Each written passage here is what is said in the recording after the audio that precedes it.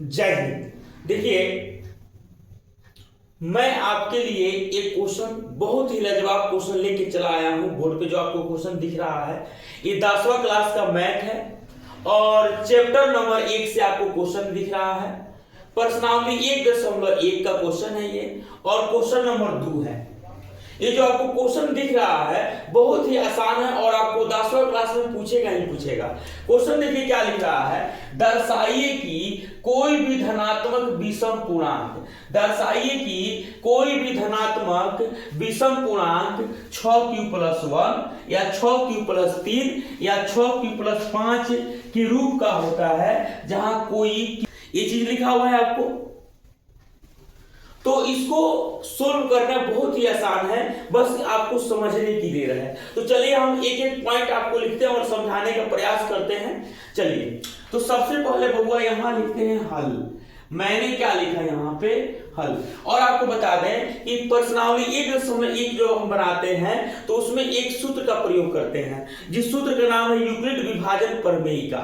तो यहाँ पे सबसे पहले क्या लिखेंगे हम लोग, यूक्लिड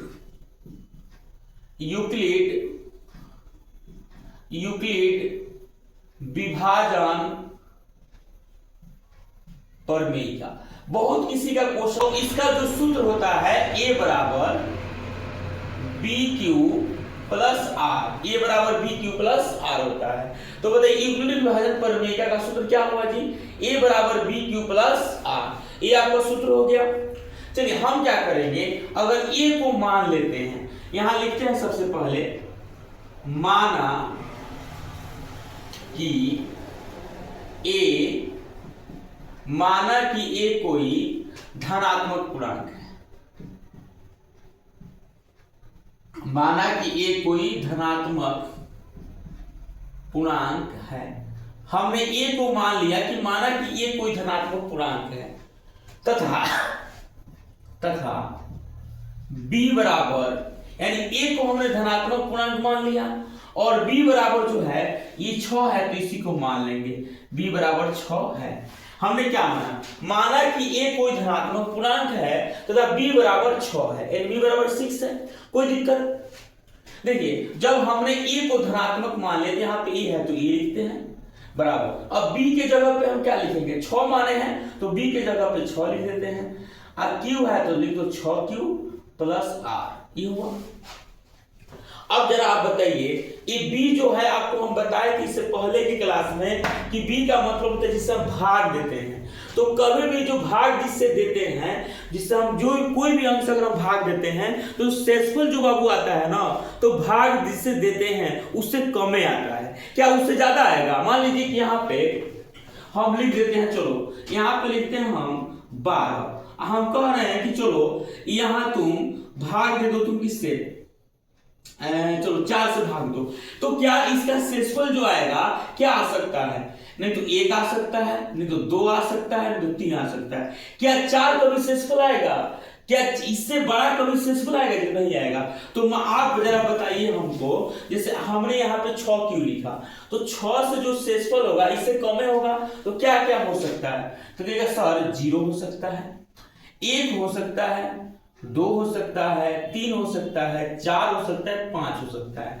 अगर मान लीजिए कि हम भाग देते हैं 6 से, तो शेषफल जो आने का संभावना है वो क्या आ सकता है जी? नहीं तो 0 आएगा, नहीं तो 1 आएगा, नहीं तो 2 आएगा, नहीं तो 3 आएगा, नहीं तो 4 आएगा, नहीं तो 5 आएगा। क्या इसके अलावा और कुछ भी आ सकता है? हमने यहां तक बता दिया। अब आगे देखिए हम लोग क्या करेंगे।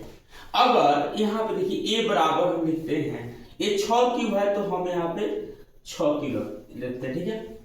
अगर मान लीजिए कि अगर हम a मतलब कि r बराबर अगर हम 0 लेते हैं, r बराबर क्या लेते हैं 0, तो अगर हम r बराबर बाबू 0 लिए तो क्या हो जाएगा? अगर मान लीजिए यहाँ पे हमने r बराबर 0 लिया तो r बराबर यहाँ 0 रख दिया, तो जब 0 रख देते यहाँ पे क्या होता है 6q, तो यहाँ पे लिख देंगे 6q। कोई दिक्कत आई?